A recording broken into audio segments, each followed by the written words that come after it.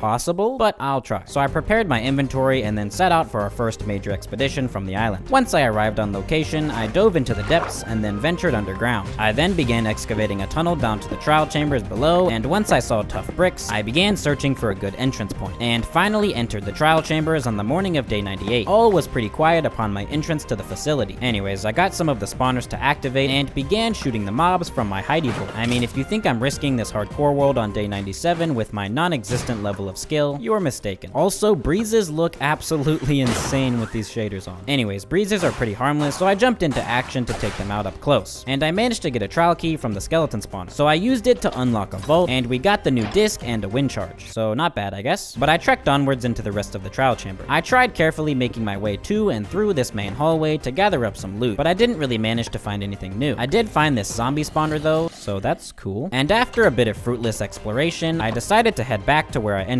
I gathered up some oxidized lamps, cause we're too broke to craft those on our own, and we can get all the different variants as long as we have the fully oxidized ones. But then I headed back into my mine to a different entrance of the trial chambers. And I'm not gonna lie, I just used replay mod to find another good place to enter. Sorry, but I don't really want to risk anything this late into the challenge. So I began mining over and down to the coordinates. After cautiously making my way over to the skeleton spawner, I began taking out the skeletons. And after a long and dangerous battle, okay, it wasn't really that difficult, on the morning of day 99, after defeating the trial spawner, I got another trial key, and then defeated some more breezes and got another trial key. I then unlocked another vault. Okay, I guess you need ominous keys to unlock those, which we need a bad omen potion for. But I literally couldn't find another vault in this room, so I just headed back to where we were earlier and unlocked a couple of vaults there, but I didn't really get anything cool. So I decided to go back to adventuring through the rest of the trial chambers, and managed to find this chest with a bad omen potion. And then on the morning of day 100, I accidentally activated this poisonous spider spawner and immediately and justifiably panicked. But I managed to successfully cower in fear, and oh yeah, it's day 100.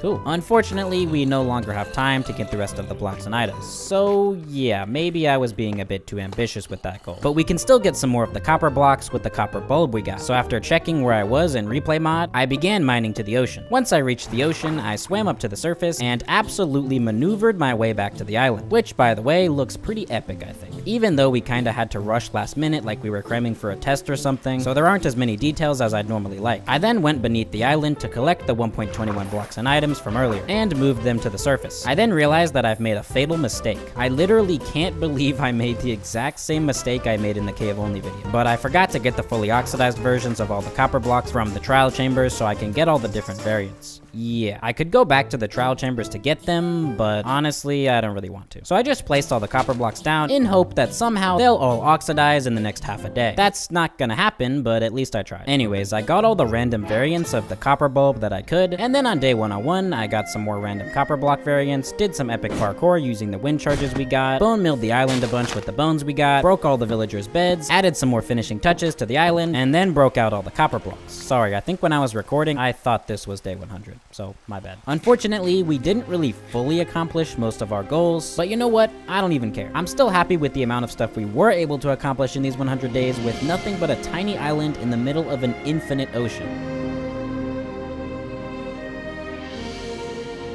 And I had fun making this video, so I hope you had fun watching. If you enjoyed this video and would like to see more content like this, I'm trying to hit 1 million subscribers, so please consider subscribing. And if you want to try this challenge out for yourself, I'll leave a link to the data pack I used in the description below. I'll also leave a link to the data pack creator's YouTube channel as well. Patrons also get access to the world downloads for all of my 100 days videos, including this one, get shoutouts at the end of each of my videos, and it just helps me bring higher quality content to you more frequently. So consider becoming a patron. A huge shout out to our Diamond and Netherite patrons. But yeah, thank you for watching, I hope you enjoyed, and I'll see you in the next one.